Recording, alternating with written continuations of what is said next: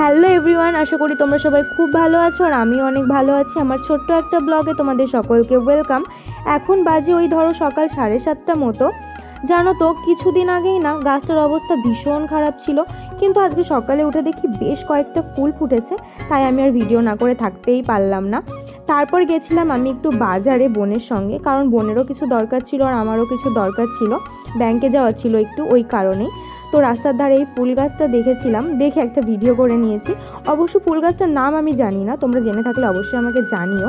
তো বাজার থেকে এনেছিলাম একটু পেটাই পরোটা, অবশ্য বোনের আবদারে। বাড়ি এসে ওটাই খেয়েছিলাম। খাওয়ার পর এখানে স্নান কমপ্লিট করে নিয়ে পুজোও দিয়ে নিয়েছি। তারপরে দুপুরবেলা মা রান্না করেছিল হচ্ছে মাছের ঝোল আর কিছু একটা ঘন্ট, তো ওটা দিয়ে আমি ভাত খাচ্ছিলাম। খাওয়া দাওয়ার পর আমি কিন্তু ঘুমিয়ে পড়েছিলাম। উঠে এখানে বোনদের সঙ্গে দিচ্ছিলাম হলো আড্ডা, আর খাচ্ছিলাম চা, মুড়ি, পেয়ারা মাখা। তো হঠাৎ করেই মনে পড়ে আমার বোনের বান্ধবী কিন্তু এর আগের দিন এসে আমাকে ইনভাইট করে গেছিলো, ওদের বাড়িতে পুজো ছিল ওই কারণে। তো আমি ওখানেই গেছিলাম সবার সঙ্গে। তো দেখো মাকে কি মিষ্টি লাগছে দেখতে, তাই না? তারপর আমি মাকে প্রণাম করে গেছিলাম একটু প্রসাদ খেতে। তো প্রসাদ খেতে বসে না এই বাচ্চাটা এত দুষ্টুমি করছিল, তাই ওর একটা ছোট্ট ভিডিও করে নিয়েছিলাম। তো এখানে কিন্তু আমি প্রসাদও খেতে বসে পড়েছি।